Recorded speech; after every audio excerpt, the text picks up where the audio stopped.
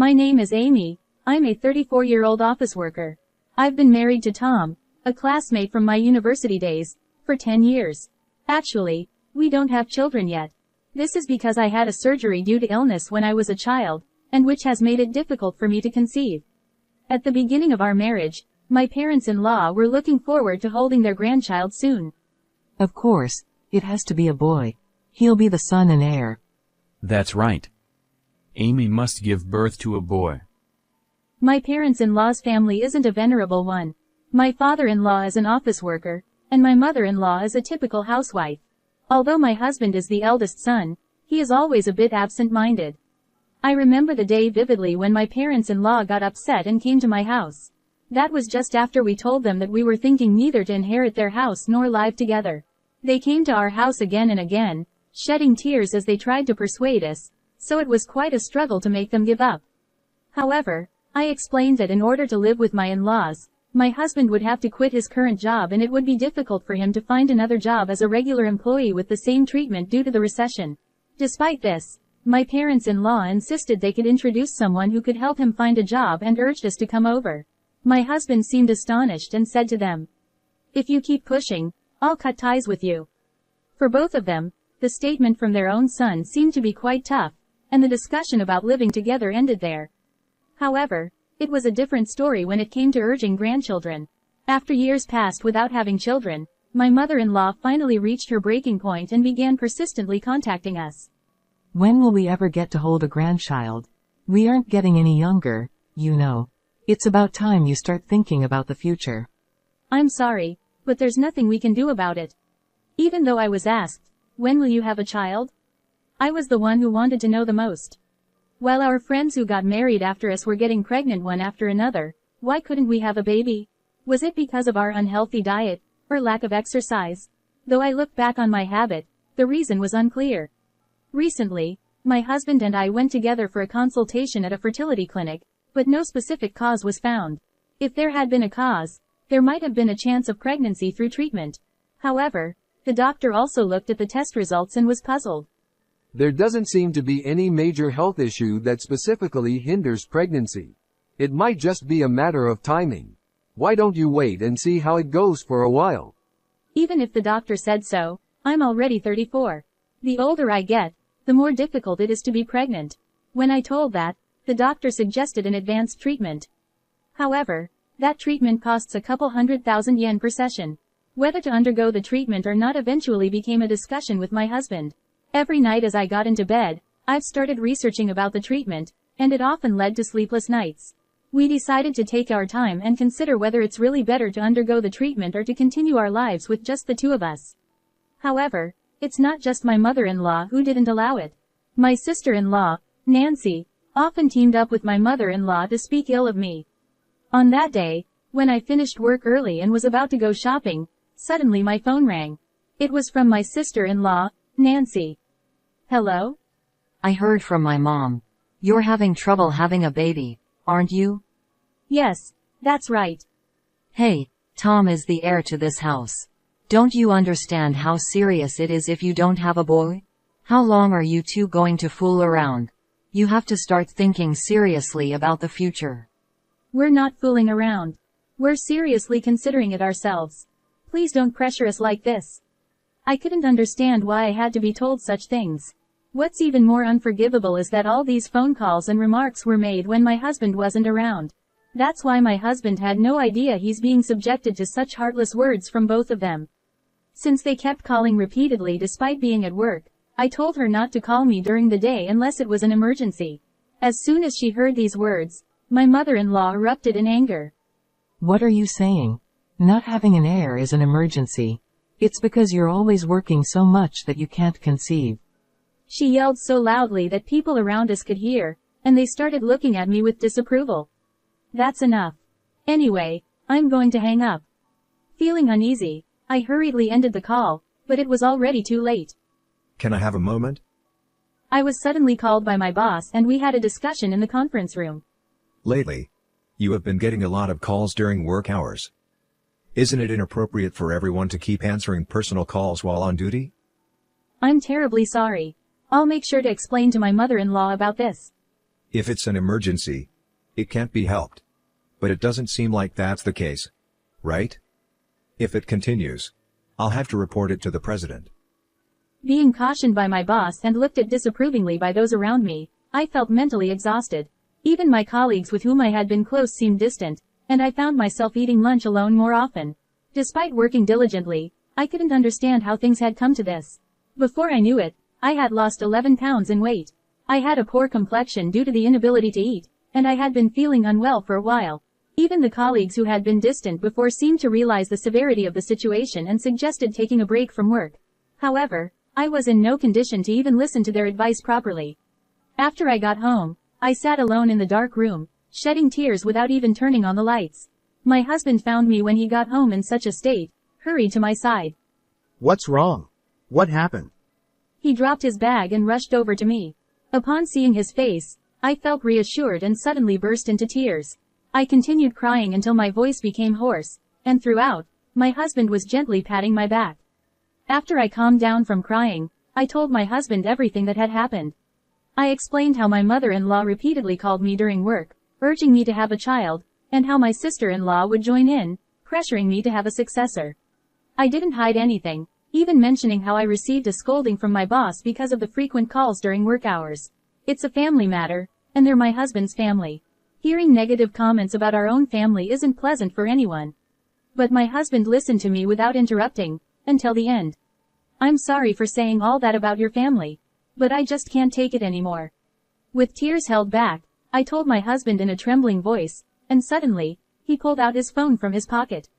Hey, Mom? Will you stop calling Amy from now on? What you've been doing is bullying her. From the conversation, it was clear that the person on the phone was his mother. Hearing this, once again, she countered him with a sharp tone. What are you talking about? I'm just trying to give you guys advice out of concern. How on earth does that equate to bullying?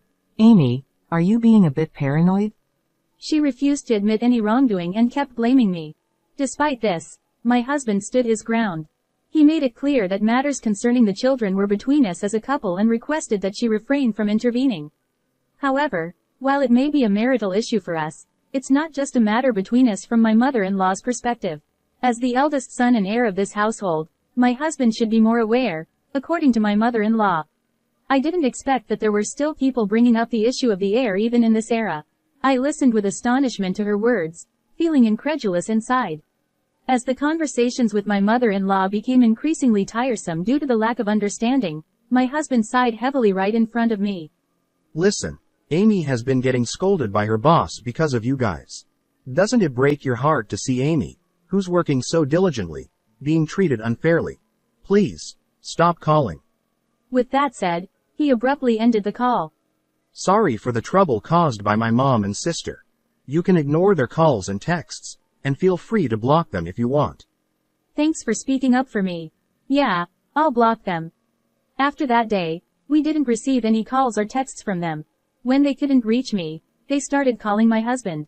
At first, he dealt with it casually, but as it became more troublesome, he seemed to reach his limit. Enough is enough.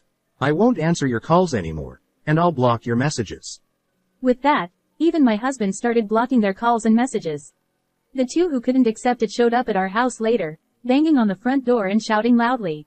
Hey Tom, Amy? We're here, open up quickly. We've come all the way to visit, so why can't you even welcome us properly? What kind of upbringing did you have? I'd like to see your parents' faces. While they criticize us for not opening the front door, isn't it more uncouth to shout loudly at 6 a.m. on a holiday? My husband was awakened by the commotion, and was quite angry. Not only because he had just woken up but also because his mother and sister had been making noise outside since the morning. Enough already. Do you know what time it is? If you make any more noise, I'll call the police. Just mentioning the word, police, might make many people hesitate and stop their harassment, wouldn't it? However, even when they heard that, they didn't leave. Instead, they showed a stance that they wouldn't leave until they were let in the house. Thinking that it would be a considerable nuisance to the neighbors, we reluctantly unlocked the door. As the door opened, they casually kicked off their shoes and barged into the room. What do you think you're doing? Ignoring calls and messages, is this how you treat your real parents? Exactly. It's so disrespectful of you as a daughter-in-law. especially when I came to share the news of my pregnancy. What? Pregnant? With that, Nancy took an ultrasound picture out of her bag and showed it off in front of me. Nancy, who got married last year, had conceived a baby with James. My mother-in-law proudly mentioned it was her first grandchild and boasted about it to me. Congratulations. Take care of yourself during this important time, I said.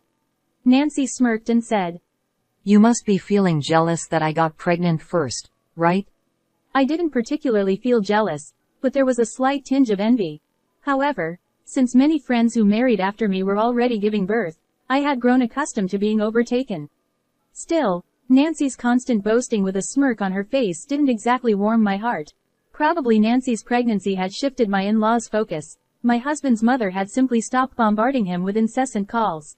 However, my mother-in-law seemed a bit disappointed that the baby turned out to be a girl, as she had her heart set on a boy initially. Nevertheless, I think it was happy that they had come to see us. When my husband expressed this sentiment to them, my usually opinionated mother-in-law fell silent. We hadn't given up either. We kept going to the hospital repeatedly, continuing with the treatments. Sometime later, we knew that Nancy had given birth. Looking at the photos, the baby had fair skin and sparkling eyes, undeniably adorable.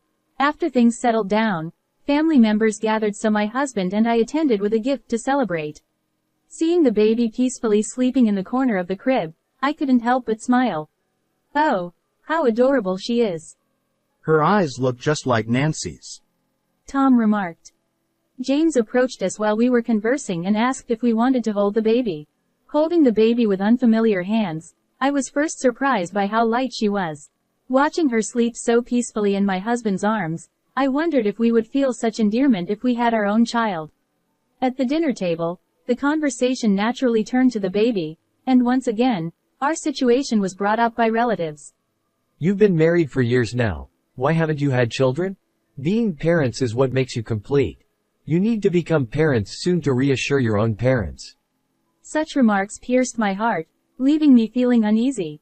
As I struggled with the conversation, Tom, who was sitting next to me, responded.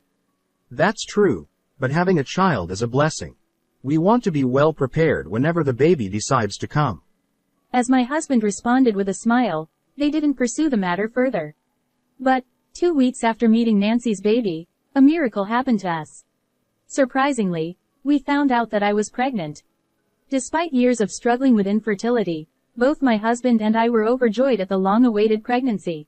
However, since it was still early in the pregnancy and I was not yet in the stable phase, we decided to not inform our parents until the stable phase came. Shortly after learning about the pregnancy, morning sickness set in, and I experienced several days of poor health. I couldn't manage household chores properly, and even going to work became challenging. When I consulted my boss about it, they suggested taking a break until my health improved. Considering my long history of treatment, those around me refrained from urging me to go to work. Grateful for their consideration, I decided to take a break until my health improved. My husband, despite being busy with work, actively helped with the household chores. Are you okay, Amy? I got something light that you might be able to eat. Do you think you can eat it? Thank you. I can't believe how nauseous I feel. It's tough. I'll do my best to make you feel more comfortable. Thank you. My husband was very kind, taking care of me and actively assisting with household chores despite being busy with his own work. He did everything without complaint, allowing me to rest assured and relax during this difficult time. 4 months into the pregnancy. The baby was growing well, and my belly had started to swell slightly. Just when I was about to inform my parents, my mother-in-law and sister-in-law caused a huge incident. It happened when my husband and I were visiting our hometown together. Since my parents' house was in another prefecture, we drove for 2 hours one way. Dad, Mom, I have a baby in my belly now. It's the long-awaited pregnancy I've been waiting for. When my parents learned about my pregnancy, they were overjoyed. Especially my mother, who knew how much I had struggled, shed tears of joy. Although she hadn't mentioned it, I'm sure my mother had been eagerly awaiting a grandchild. Congratulations. Take care of yourself during this crucial time. Thank you. We plan to visit again when it's time for giving birth. We stayed overnight and returned home the next morning. When I tried to unlock the front door, our nosy neighbor, Mr. Ollivander, from down the street, showed up. He wasn't a bad person, but once he got involved, he tended to stick around, making him a bit of a hassle. As I looked at his face, he seemed troubled about something. Can I have a word? Sure, what is it? From your house, the crying of a baby was quite loud yesterday. Are you taking care of it properly? Huh? A baby? What are you talking about, Mr. Ollivander? My baby is still in my belly. The baby hasn't been born yet. Huh? But it was really loud yesterday, and Mrs. Sean and I were worried. It seemed to be coming from inside your house. Not understanding what he meant, I decided to open the house and check the rooms. There was no baby born yet in our house, so it must have been a misunderstanding on Mr. Ollivander's part. Hey Amy, it's urgent. Come over here. What's wrong? Wait, what is this? In the middle of the living room, there was a baby lying on a futon.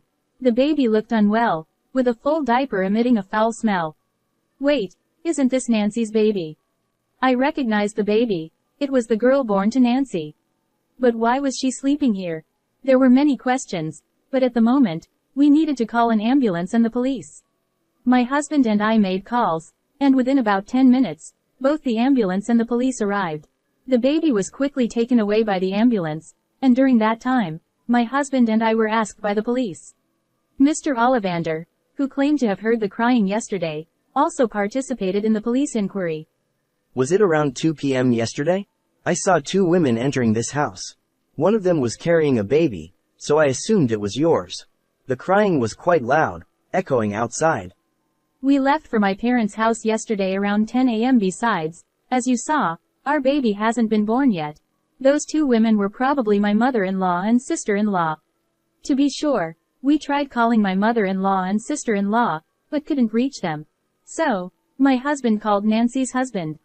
Unexpectedly, we got shocking news. Nancy and my mother-in-law were apparently on a trip to South Korea together. Nancy mentioned that our daughter was supposed to be with you, Amy. That's why I didn't make any confirmation calls. I never imagined this would happen. They probably assumed we'd be back that day, so she left the baby. They never expected us not to return during the day. I quickly told him the hospital information and he said he would head there immediately.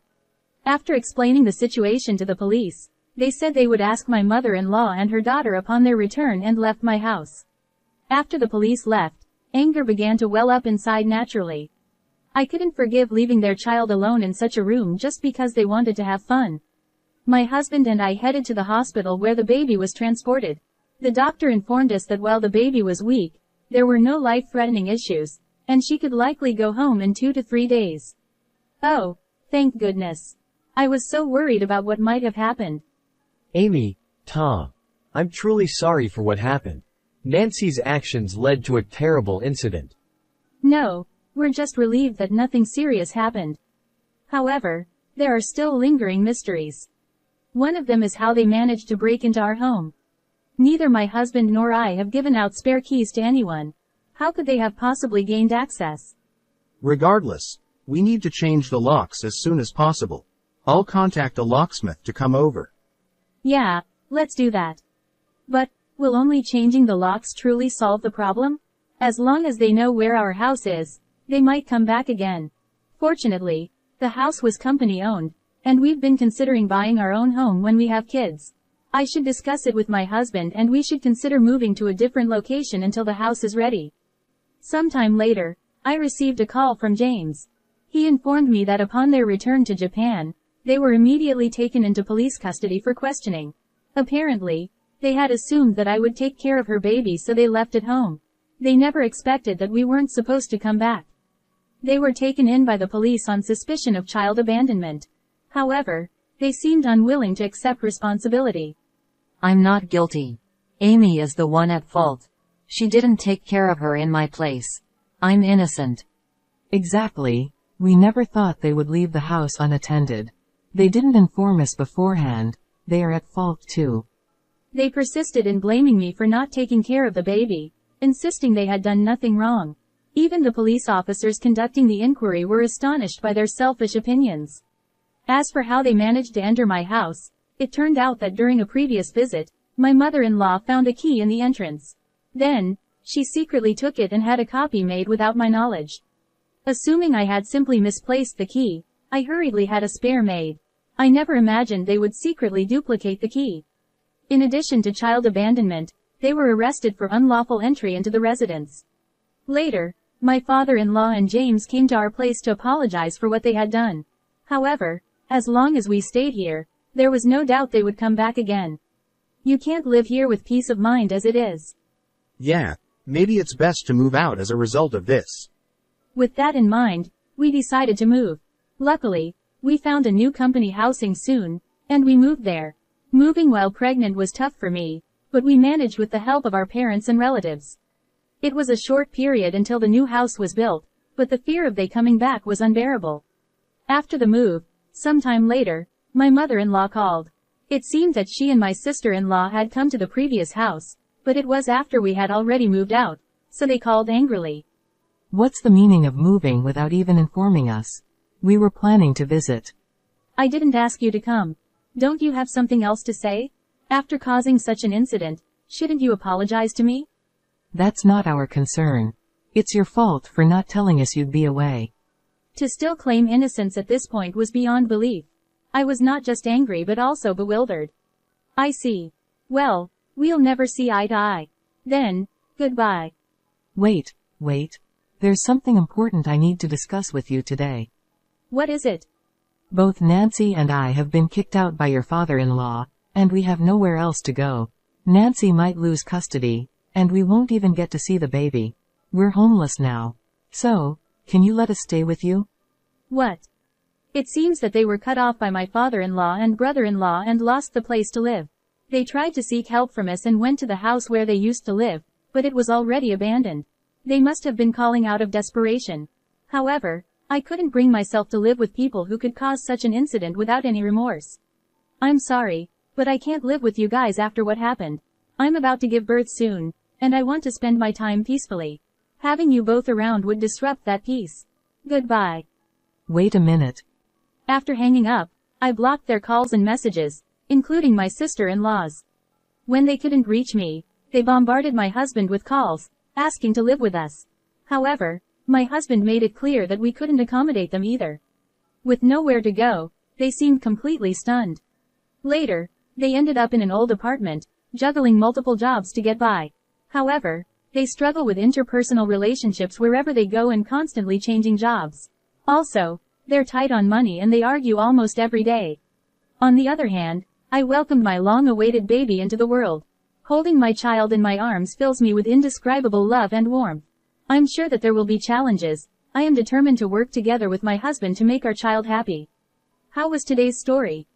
Don't forget to subscribe to the channel. Until next time, take care.